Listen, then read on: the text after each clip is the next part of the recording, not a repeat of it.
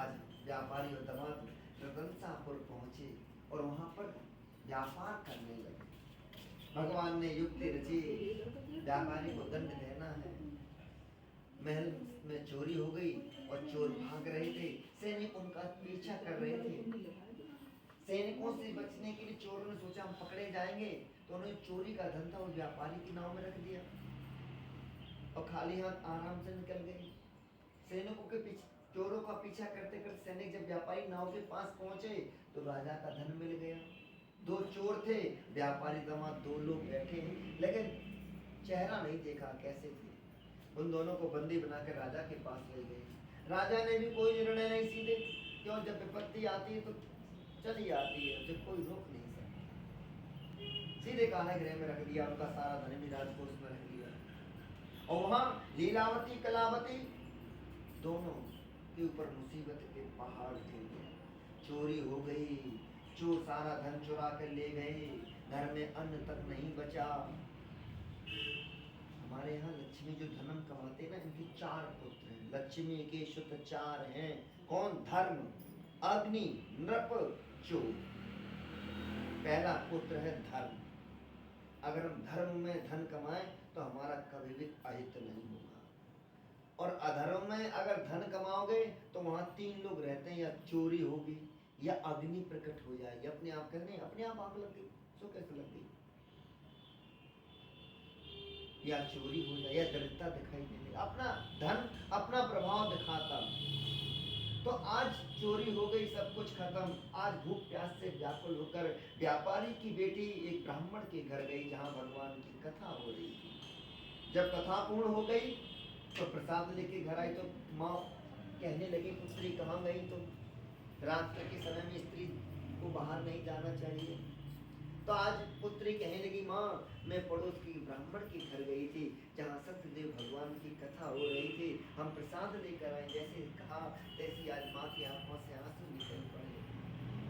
आज माँ कहने लगी, पुत्री तुम्हारे पिता ने भी कई बार संकल्प लिए कि हम भगवान की कथा करेंगे, भगवान की कथा करेंगे, भगवान की कथा, लेकिन आज तक कथा नहीं।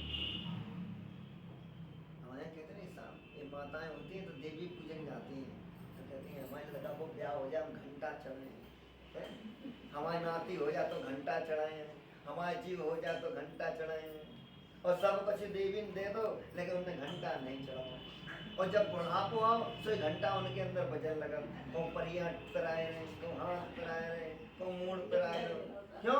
जो तुमने संकल्प किया देवी कहीं से तो ले लेंगी। चलो डॉक्टर के लिए ब्याज सहित लेंगी। तुमने अगर हजारों घंटा बोलो तो ब्याज कितना हो, सब लेने डॉक्टर के लिए। चलो, हमारे संकल्प भगवान के कार्य में कभी पीछे नहीं। संकल्प अगर बोला है तो करो, मन में इच्छा प्रकट हुई तो करो। भगवान कहते हैं धन वैभव कुछ नहीं, बस श्रद्धा भाव। भाव का भूखा में भाव ही एक सार है, और भाव से मुझको भज तो भव से बेड़ा पार। भाव हो, पैसा नहीं दिखाओ में आए, सोने सिंहासन हो जी नहीं, भाव हो। भाव से मुझे भजोगे तो मैं तुम्हारे साथ हूँ। आज रात भर माँ बेटी वार्तालाप करती रही, प्रातः काल हो गया। आज बेटी पड़ोसों के घर गई, गाँव से आटा ले आई, गाँव से कछू ले आई, और अपने घर को साफ करके सुंदर मंडप सजाया, पंडित जी को बुलाया, कथा शुरू की। और जब कथा पूर्ण हो गई तो आज लीलावती ने भगवान से प्रार्थना की कि हे प्रभु, मेरे पति और दामाद जहाँ कहीं हों सकुशल घर लौट आए, बस यही कामना है। पति और दामाद मुसीबत में कारागृह में बंद हैं। तो आज भगवान ने राजा चंद्रकेतु को स्वप्न में दर्शन देकर कहा, क्यों? किसी की प्रार्थना को भगवान सुनते हैं। द्रौपदी जब चीरहरण हो रहे तो सबसे कही, पितामह तुम बचाओ, तुम बचाओ, तुम बचाओ, लेकिन काऊ ने नहीं सुनी। और जब भगवान को पुकारो तो तुरंत परमात्मा प्रकट हो गए। तो द्रौपदी ने कहा, कन्हैया तुम इतने लेट कैसे? बोले तुमने बाद में हमें पुकारा तो बाद में तो आए, अगर तुम पहले पुकार लेते तो हम पहले नहीं आ जाते, तुम्हारी लाज नहीं बच जाती। अब तक तुम दूसरे के सहारे थे कि जे पितामह बचा ले, जे बचा ले, जो बचा ले। तो आज जैसी भगवान ने तो राजा चंद्रकेतु को स्वप्न में दर्शन दिया। स्वप्न में कहा, हे राजन, जिस व्यापारी और दामाद को तुमने बंदी बनाकर